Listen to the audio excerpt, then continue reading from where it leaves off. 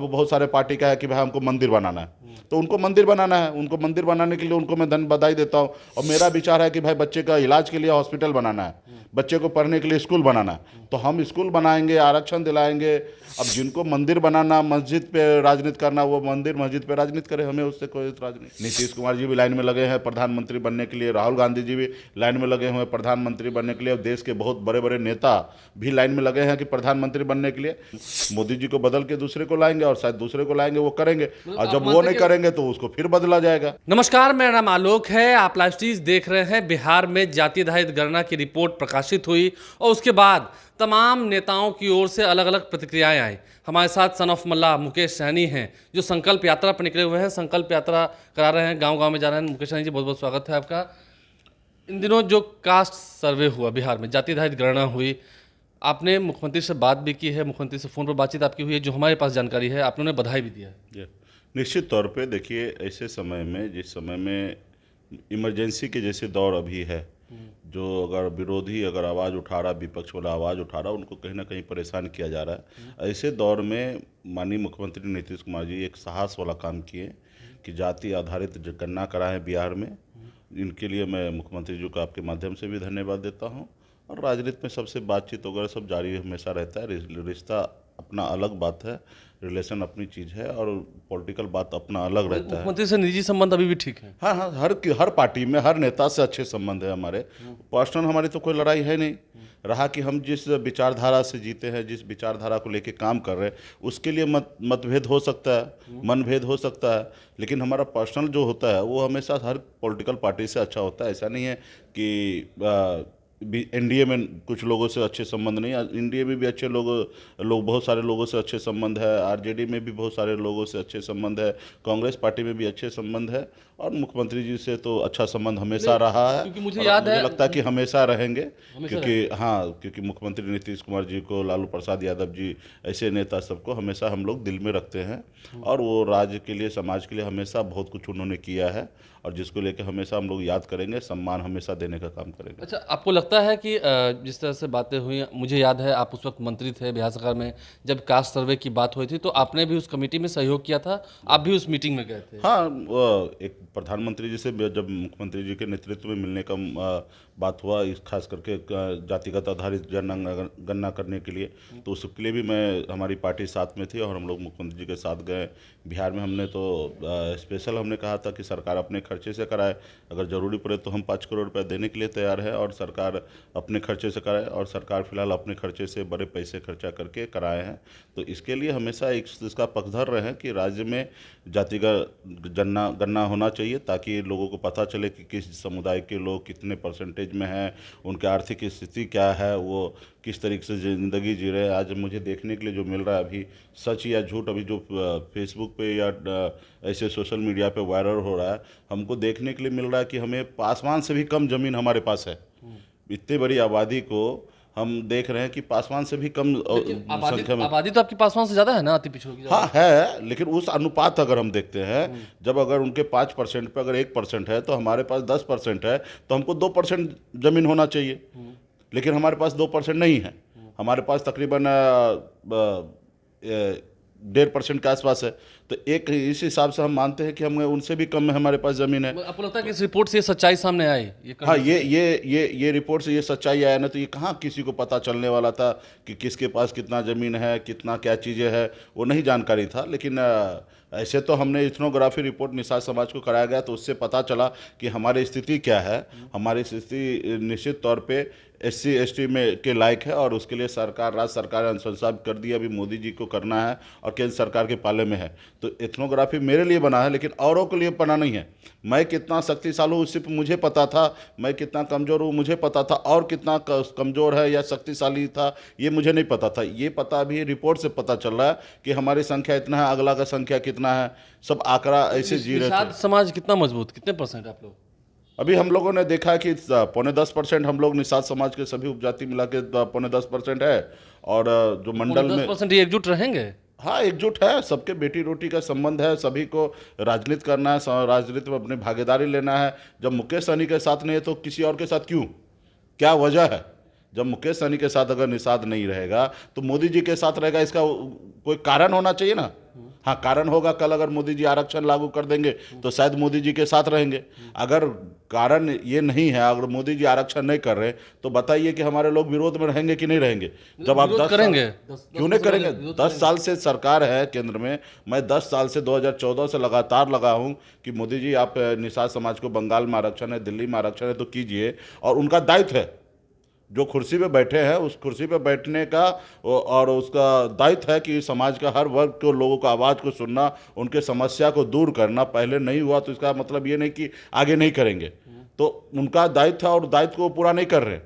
वो दायित्व वो कोई ज़बरदस्ती उनको नहीं बैठा है कि आपको ही बैठना है प्रधानमंत्री। वो इस के रेस में आए कि हम देश के हर नागरिक के लिए काम करेंगे, हर युवा को नौकरी देंगे, साल में 2 करोड़ युवा को नौकरी देंगे, विदेश से काला धन लाएंगे, 15 लाख रुपए 15 लाख रुपया देंगे। तो तमाम बहुत सारे बातें करके वो सत्ता में आए, पावर में आए, और हम लोगों को लगा कि पिछड़ा का बेटा है, शायद पिछड़ा का कल्याण होगा। लेकिन हम जो देख रहे हैं कि भाई पिछड़ा का बेटा है, पिछड़ा का कल्याण होगा, और आप पिछड़े के लिए कुछ नहीं किए। पिछड़ा 9.5 साल में 9.5 साल में कुछ नहीं किया, कुछ नहीं, एक हिसाब से देखा जाए तो पिछड़ा के लिए कुछ नहीं किया। अगर लाल कृष्ण आडवाणी जी के नाम पे अगर 2014 में चुनाव होता तो बिल्कुल ही भाजपा नहीं आता। ये नीतीश मोदी जी के नाम पे चुनाव हुआ। मोदी जी को हर कोई दिल से पसंद किया कि एक पिछड़ा का बेटा है। शायद पिछड़ा का आज़ादी के बाद बड़े संख्या में भाजपा ने पिछड़ा को लॉन्च किया और शायद हमारे लिए कुछ काम करेंगे, ये उम्मीद से हम लोग मदद किए। बॉम्बे को ऐशो आराम की जिंदगी छोड़कर पागल के जैसे मैं दीवाना होकर मोदी जी के लिए 2014 में हमने प्रचार किया। 3 लोकसभा सीट हमने जिताया, इसलिए नहीं कि मोदी जी हमारा काम न करे, किसी और का काम करे। आज हमें दुख इस बात का होता है कि मोदी जी को लाए हम लोगों ने सत्ता में, और जब उनको काम करने का समय आया तो EWS आरक्षण उन्होंने 10% लागू कर दिया। बेगर जाति जनगणना की है, कितना उनका संख्या नहीं है, अभी को पोल खुल गए ना, 10.5% उनकी आबादी है और 10% आप आरक्षण दे रहे हैं। 10% वालों को 10% वाले को 10% और यहाँ 63% वाले को 27%। ये कहाँ का न्याय है भाई? तो ये सारे चीज़ें हैं। इस चीज़ को लेके देश के जितने भी पिछड़ा दलित ऐसे वर्ग के लोग, OBC के लोग हैं, सब आहत है आप मांग करते हैं कि देश में भी जैसे बिहार में जाति आधारित गणना हुई है, देश में जाति जनगणना हो। निश्चित तौर पे मैं हमेशा कह रहा हूँ, अभी भी ये जो जाति आधारित गणना जो हुआ है ये ऑथराइज नहीं है। राज्य सरकार के पास ऑथराइज नहीं है पावर की ये सारी चीज़ें करने का। ये राज्य के लिए इन्होंने किया, लेकिन अगर ये नेशनल वाइज अगर हम देखेंगे, देश वाइज देखेंगे तो इस रिपोर्ट का कोई औचित्य नहीं है। मतलब इसका कोई मतलब भारत सरकार में वैल्यू नहीं है। ठीक है, तो भारत सरकार को मैं फिर से आग्रह करता हूं कि पूरे भारत में बिहार राज्य को लेते हुए एक देश में जाति आधारित गणना कराएं, उसका सर्वे करें, वो उनके हर स्थिति को जानकारी प्राप्त करें। ये भारत सरकार को काम करना चाहिए। और मैं तो हम लोग आने वाले समय में लड़ाई लड़ेंगे, जब भी हम लोगों को दिल्ली में पावर होगा। ऐसा करते हुए दिख नहीं रहे हैं, आपको नहीं लगता? अभी फिलहाल नहीं दिख रहे, लेकिन एक ना एक समय आएंगे उनके करना ही पड़ेगा। और नहीं करेंगे तो फिर वहाँ पे बहुत सारे लाइन में लगे हैं। नीतीश कुमार जी भी लाइन में लगे हैं प्रधानमंत्री बनने के लिए, राहुल गांधी जी भी लाइन में लगे हुए हैं प्रधानमंत्री बनने के लिए, और देश के बहुत बड़े बड़े नेता भी लाइन में लगे हैं कि प्रधानमंत्री बनने के लिए। फिर जनता के बीच में अपने भरोसा रखेंगे, इस सब चीज़ को वादा करेंगे, और फिर जनता शायद उनके ऊपर भरोसा करके उन दो मोदी जी को बदल के दूसरे को लाएंगे, और शायद दूसरे को लाएंगे वो करेंगे। और जब वो नहीं करेंगे तो उसको फिर बदला जाएगा। आप मानते हैं कि अगर काम ठीक से नहीं करेंगे तो 24 से मोदी जी जा भी सकते हैं? निश्चित तौर पे कोई भी व्यक्ति हो, मैं भी कल अगर राज्य में मंत्री बनता हूँ, बड़े पावर पे आता हूँ, पौधे पे आता हूँ, अगर मैं जनता के लिए अगर काम नहीं करूँगा तो निश्चित तौर पे हमें भी जाना पड़ेगा। बड़े से बड़े नेता गए हैं, लाल कृष्ण, हमारे अटल बिहारी वाजपेयी जी जैसे महान नेता जो हमेशा एक अच्छे रास्ते पे चलते थे, जब उनको जनता को लगा कि ये काम हमारे लिए उचित नहीं हुआ तो हमारे अटल बिहारी वाजपेयी जी को भी साथ छोड़ दिए। इंदिरा गांधी जी को साथ छोड़ दिए। थोड़ा सा उदाहरण दीजिए, अटल बिहारी वाजपेयी और नरेंद्र मोदी दोनों में कंपेयर करते हैं तो अटल बिहारी वाजपेयी का टर्म बड़ा था, कार्यकाल उनका अलग था, बहुत ही अच्छा था, मोदी जी की तुलना में ज़्यादा अच्छा था। अब देखिए सबका अपना अपना दौर था, अपना अपना समय है। मोदी जी अपने स्तर पे अपने लिए अपने तरीके से अच्छा काम करते हैं, हम ये नहीं कहेंगे कि बहुत ही बुरा काम करते हैं। वो अपने तरीके से सोचते, अपने रात को मन होता है और सुबह में कुछ कर देते हैं। ठीक है, तो उनका अपना काम करने का तरीका है। प्रधानमंत्री जी अटल बिहारी वाजपेयी जी का अपना काम करने का तरीका था। वो प्लानिंग करते थे, लोगों से बात करते थे, और फिर उस चीज़ को अंजाम तक देते थे। लेकिन संकल्प यात्रा करके जो मुकेश सहनी ने बिगुल बजाया है, आप तैयार रहते हैं ना कि आपके क्या अभी ED CBI अगर आती है तो? अरे ये सब का परवाह नहीं है। तैयार रहते हैं आप? तैयार क्या मतलब, जिनको जब भी आना तभी आए, मिले, चाय पिए, बात करे, जो उनको चाय सवाल की व्यवस्था करना रखते हैं घर पर? नहीं, ये सब हमेशा रहता है। और उनको जब भी कोई भी मन में डाउट है, सवाल है, जवाब है, तो वो कर सकते हैं। और ऐसे कोई हमने गलती नहीं किया, और अगर गलती करते तो ये 10 साल में मैं चैन से बैठता क्या? अभी तक आ गए होते, और आ गए होते उनके हिसाब से, वो जैसा चाहते वैसा शायद कराते। लेकिन यहाँ पे ऐसी कोई बात नहीं है। हम कोई इंडिया में रहकर काम किए, मजदूरी किए। अब हमारे हर बार भाषण में सुनते होंगे कि संघर्ष करके मैं अपनी ज़िंदगी को ऊपर लाया। 42 साल में 24 साल से मैं संघर्ष कर रहा हूँ, और उसी को पकड़ के यहाँ अब तक आप आए। मानते हैं कि हाँ, आरक्षण का दायरा बढ़ना चाहिए? हाँ, आरक्षण का दायरा बढ़ना चाहिए। आप बताइए ना कि भाई 10% EWS आपने लागू किया, और 10% संख्या को 10% आरक्षण दे रहे, तो फिर 63% को क्या कीजिएगा? भाई सबको एक सामान्य, अगर ये आपको नाइंसाफी सोचना- है, नाइंसाफी है। तो इसके लिए भाई हम स्वर्ण आरक्षण का विरोधी नहीं है। ठीक है, देश में जो लोग गरीब है, अगर सरकार ने सोचा कि भाई 8 लाख कमाने वाले को गरीब मानते हैं, उनको रिजर्वेशन देते, तो उन्होंने जो दिया वो मुझे उससे ऐतराज़ नहीं है। लेकिन उसके बाकी भी पैटर्न को आपको ठीक करना पड़ेगा। जो उनकी जनसंख्या उस अनुपात उनको आरक्षण देना है, बाकी के जितने जनसंख्या उस अनुपात उनको आरक्षण देना है। और फिर आपको ये देखना कि 8 लाख वाला अगर कमाने वाला अगर गरीब है, तो मनरेगा में 300 रुपया कमाने वाला क्या है? अगर वो भी अगर गरीब है, तो उसको भी तो मनरेगा में 2200 रुपया रोज मिलना चाहिए, 70,000 रुपया महीने का मिलना चाहिए, 8 लाख रुपया मिनिमम मिलना चाहिए। आप एक तरफ 5 लाख रुपया कमाने वाले को आप बोलते हैं अमीर है और उससे टैक्स लेते हैं, और एक तरफ 8 लाख कमाने वाले को आप गरीब मानते हैं। तो ये बताइए ना, मतलब ये कौन एंगल से ये सही है? तो एक पॉलिसी जो बनाने वाले लोग हैं, वो सही से पॉलिसी बनाए। मतलब माननीय प्रधानमंत्री जी को भी ये बात को सोचना पड़ेगा, उनके अधिकारी को सोचना पड़ेगा, बिहार में भी अधिकारी को सोचना पड़ेगा, मुख्यमंत्री जी को सोचना पड़ेगा कि भाई आपको जो दायित्व मिला, वो दायित्व तो सही से काम क्यों नहीं करते। आज बताइए, जाति आधारित गणना हुआ, निषाद को 20 हिस्से में बांट दिया, 20 को कोड दे दिया। भाई 20 को कोड देने की आवश्यकता क्या है? और जाति को आपने देखा, अपने दुसाध को या मतलब मान लीजिए कि हमारे यादव जी को, तमाम बहुत ऐसे जाति, रविदास है, बहुत सारे लोगों को एक कोड में गणना किया, और उनको पता है कि मला बिंद में कोई फर्क ही नहीं है, बेटी रोटी होता है। राज्य के मुख्यमंत्री हो, राज्य का अधिकारी, मतलब सो रहा है क्या? मतलब दिमाग से पैदल है ये लोग क्या, कि इनको नहीं पता है कि भाई ये सब एक है? और जब एक है तो एक तरीके से जनगणना करना चाहिए, लेकिन नहीं कर रहे ये लोग। वही अंग्रेज वाला नीति अपनाते हैं कि फूट डालो राज करो। तो मतलब जो भी अधिकारी है, जो भी पावर में बैठे हैं, गलत करते हैं, तो उनको सोचना पड़ेगा।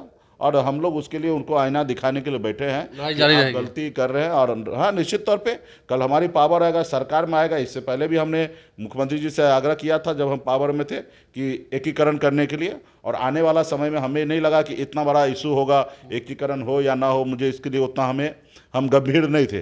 लेकिन भविष्य में आप जब भी हम पावर में आएंगे, अब पहला ही कैबिनेट में हम चाहेंगे कि ये निषाद को जो 20 उपजाति अलग अलग कुड़ी में है, वो एक कर दे। ये हमारा पावर में जब भी आएंगे, तो वो हमारा कंडीशन होगा कि पहले ये काम कीजिए। आने वाला समय में जिनको सरकार बनाना है, जिनको निषाद का वोट चाहिए, जिनको साथ चलना है, उनको ये सब सारे कंडीशन को मानना ही पड़ेगा। और फिर कुछ चीज़ें तो हम लोग पहले से ही भी क्लियर कर लेंगे। बिहार में अभी निषाद का बेटा है ना, सिर्फ मंत्री बनने की राजनीति नहीं करेगा। यहाँ 1 नंबर और 2 नंबर कुर्सी से नीचे कोई समझौता नहीं होगा। बोले दिन साथ समझे से बता दीजिए ना, किस तरफ एनडीए इंडिया? नहीं, वो समय आएगा। अभी देखिए, हमारा यात्रा 101 दिन का यात्रा है, तकरीबन 80 दिन बीत चुका है, और अभी कुछ दिनों अभी बाकी है, 24-25 दिन बाकी है। और मैं उम्मीद करता हूँ कि नरेंद्र मोदी जी देश के प्रधानमंत्री है, क्योंकि आरक्षण उन्हीं को करना है 2024 तक। 60 तक वो कर दें? 24 तक उनके पास समय है। 24 के बाद, मई के बाद सरकार बदलेंगे, यानी कि कह सकते तो मार्च में ही आचार संहिता लग जाएगा।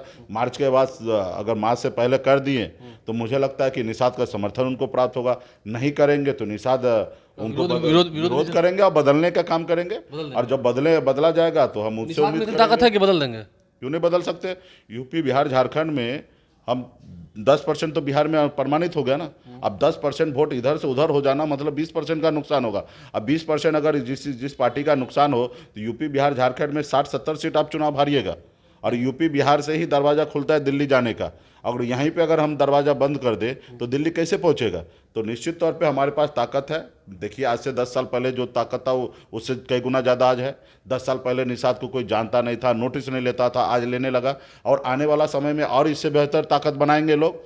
तमाम यूपी, बिहार, झारखंड के तमाम एक एक युवा अपने भविष्य के लिए चिंतित है, अपने बच्चे के भविष्य के लिए चिंतित है, अपने लोगों को आगे बढ़ाने के लिए चिंतित है और सभी मिशन से जुड़े हैं। आप देख रहे हैं इतने इतने बड़े सभा और सब अपने अपने खर्चा से कर रहे हैं, लोग अपने संसाधन से आते हैं। तो ये हमारी उपलब्धि है। एक एक आदमी हाथ में गंगा जल लेके माता गंगा को सौगंध खा के संकल्प ले रहे हैं कि हम किसी भी हालत में अपने समाज के हक अधिकार के लिए लड़ाई लड़ेंगे, अपने बच्चे को पढ़ाएंगे लिखाएंगे, एक रोटी कम खाएंगे लेकिन बच्चे को पढ़ाएंगे लिखाएंगे। हम हर हालत में अपना वोट को बेचेंगे नहीं, हमारा वोट वहीं गिरेगा जहां हमारे बच्चे का भविष्य तय होगा। तो ये सारे चीज़ को लेकर पूरा अभी तक हम तकरीबन 30 से 35-40 लाख के आसपास में आंकड़ा अभी तक नहीं आया, क्योंकि गाँव लेवल पर पार्टी के पदाधिकारी सब करा रहे।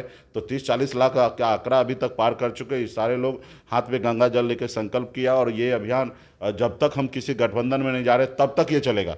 ऐसे 100 दिन का यात्रा है, उसके बावजूद भी यात्रा खत्म होने के बाद भी ये संकल्प अभियान चलते रहेगा बिहार में। अभियान चलते रहेगा, लेकिन कास्ट सर्वे को लेकर, जाति आधारित गणना को लेकर के, नरेंद्र मोदी की सरकार को लेकर के और बिहार सरकार ने भी क्या गलती की है, क्यों नहीं एक साथ किया, एकजुट किया सभी जातियों को, क्यों अलग अलग बांट दिया, डिवाइड एंड रूल क्यों किया। मुकेश सही ने तमाम मुद्दों पर खुलकर बात की है। आप लाइव से बन रहे हैं, संकल्प यात्रा पर निकल रहे हैं, बहुत बधाई आपको, आपकी यात्रा सफल हो। अच्छा, बहुत बहुत धन्यवाद। आप सभी का सहयोग मिल रहा है, खास करके हम साथ के लिए लड़ते रहेंगे। नहीं, निषाद के लिए सभी के लिए लड़ेंगे, हर जाति धर्म के लिए लड़ेंगे, लेकिन पहले अपना घर को ठीक कर ले तो निश्चित तौर पे सभी के लिए लेकिन ठीक करेंगे ना? हाँ, निश्चित तौर पे सबके लिए ठीक करेंगे, सबके लिए काम करेंगे। मेरी जिंदगी ऐसी नहीं रही कि अपने लिए सोचते हैं। अगर अपने लिए सोचते तो शायद बॉम्बे में रहते और यहाँ पर आए। तो अभी जैसे हमने विभाग में मंत्री बने तो आपने देखा होगा कि हर वर्ग के लिए जो हमें दायित्व मिला था उस दायित्व को मजबूती से हम काम कर रहे थे। बिहार में कोई मंत्री कोई लूजपूज जैसे सरकार नहीं चला रहे थे, एकदम मजबूती से चला रहे थे। अगर सचिव बात नहीं सुनते तो सचिव को हटा दिया मैंने। ऐसे हम विभाग किए। 17 साल में नीतीश जी के मंत्रिमंडल में शायद पहली बार ऐसा हुआ कि एक मंत्री के कहने से सचिव को ट्रांसफ़र हुआ। तो वो काम अगर नहीं होगा तो निश्चित तौर पे वो चीज़ को हम लोग अंजाम तक लेके जाएंगे। तो इस तरीके से काम हमें आने वाले समय में हर वर्ग के लिए, हर जाति के लिए काम करेंगे।